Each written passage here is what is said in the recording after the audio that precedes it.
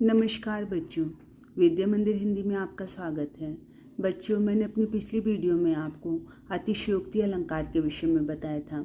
चलिए आज हम आपको संदेह अलंकार के बारे में बताते हैं। परिभाषा: जहाँ उपमेय और उपमान दोनों में समता देखकर दुविधा बनी रहे और यह निश्चित न हो सके कि उपमेय वास्तव में उपमेय है या उपमान है, वहाँ पर संदेह अलंकार होता है।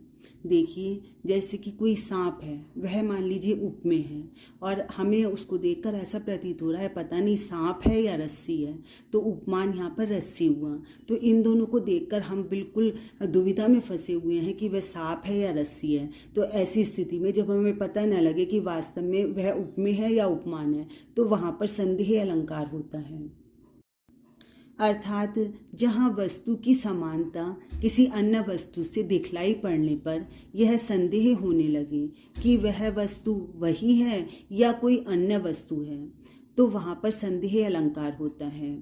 कैंधो, की, कै, किंधौ, या, अथवा आदि इसके वाचक शब्द होते हैं। संदेह अलंकार का उदाहरण देखिए। नारी बीच सारी है कि सारी बीच नारी है, कि सारी ही की नारी है कि नारी ही की सारी है। देखिए, इस पद में महाकवि भूषण कह रहे हैं कि युधिष्ठिर जुए में द्रौपदी को हार गए थे और जब वो द्रौपदी को हार गए तो दुशासन ने द्रौपदी को निर्वस्त्र करने का प्रयास किया। द्रौपदी ने श्री कृष्ण का स्मरण किया और उनकी साड़ी जो थी वह अंतहीन हो गई। दुशासन जितना उसे खींचता जाता था, साड़ी उतनी ही लंबी होती चली जाती थी। तो उसमें यही पता नहीं चल रहा था कि वह साड़ी का अंत कहाँ है और नारी बीच साड़ी है कि साड़ी बीच नारी है, यही पता नहीं चल रहा था। तो इस प्रकार से यहाँ पर संदेह अलंकार है। देखिए स्पष्टीकरण। प्रस्तुत पद में संदेह अलंकार है।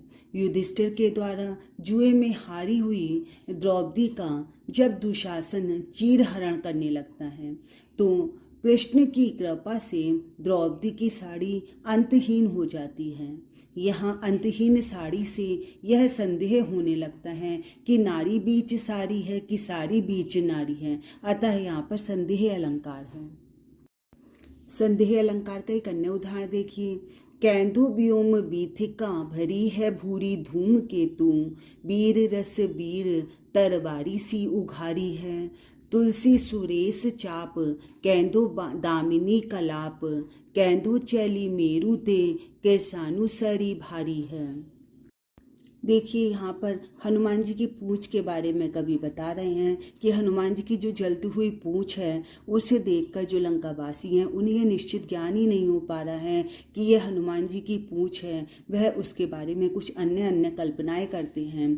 कैंधो व्योम बीथिका भरी है भूरी धूम केतु, कुछ के हिसाब से वहाँ पर व्योम बीथिका जो आकाश मार्ग है वो भूरी धूम केतु अनेक पुच्छल तारों से, जो पूंछ वाले तारे हैं अनेक पुच्छल तारों से भरा हुआ है, ऐसा प्रतीत होता है। वीर रस वीर तरवारी सी उघारी है, और कुछ ऐसी कल्पना करते हैं कि किसी वीर ने तलवार निकाल ली हो। तुलसी सुरेश चाप कैंधो दामिनी कलाप, तुलसीदास जी कहते हैं कि किसके हिसाब से सुरेश चाप यह जो है वह इंद्रधनुष है, और कैंधो दामिनी कलाप और कहीं पर यह बिजली की तड़क है, कैंधो चली मेरु ते कृशानु सरी भारी है, और कहीं अथवा मेरु ते सुमेरु पर्वत से अग्नि की नदी निकल पड़ी हो, ऐसा प्रतीत हो रहा है। तो यहाँ पर संदेह अलंकार है। स्पष्टीकरण पुनः देखिए।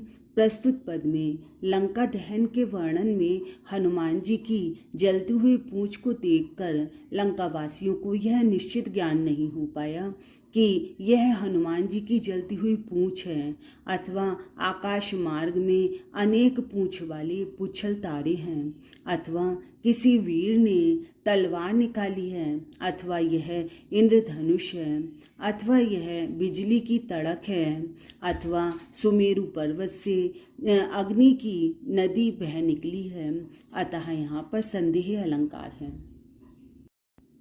अत्यंत महत्वपूर्ण एक अन्य उदाहरण देखिए।